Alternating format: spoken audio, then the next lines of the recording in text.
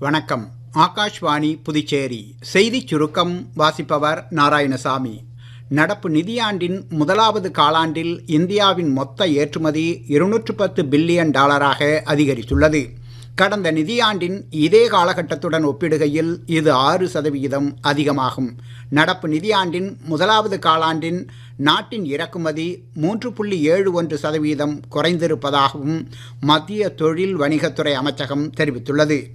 வரலாற்று சிறப்புமிக்க விண்வெளி பயணத்திலிருந்து பூமிக்கு திரும்பியுள்ள இந்திய விண்வெளி வீரர் குரூப் கேப்டன் சுபான்சு சுக்லாவை வரவேற்பதில் நாட்டு மக்களுடன் தாமும் இணைந்து கொள்வதாக பிரதமர் திரு நரேந்திர மோடி கூறியுள்ளார்.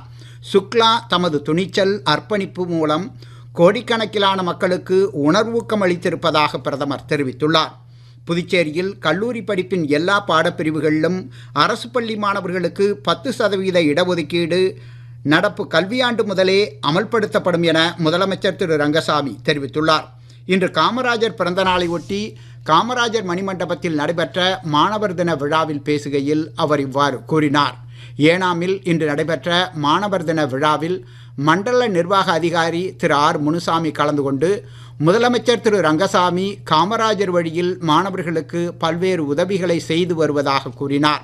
புதுச்சேரியில் ஆதி திராவிடர் மற்றும் பழங்குடியினர் நலத்துறை மூலம் ஏழை பெண்களுக்கு திருமண உதவித்தொகை வழங்கும் திட்டத்தின் கீழ் 113 ஏழை பெண்களுக்கு தலா 1 லட்சம் ரூபாய் நிதி உதவியை இன்று முதலமைச்சர் திரு ரங்கசாமி வழங்கினார்.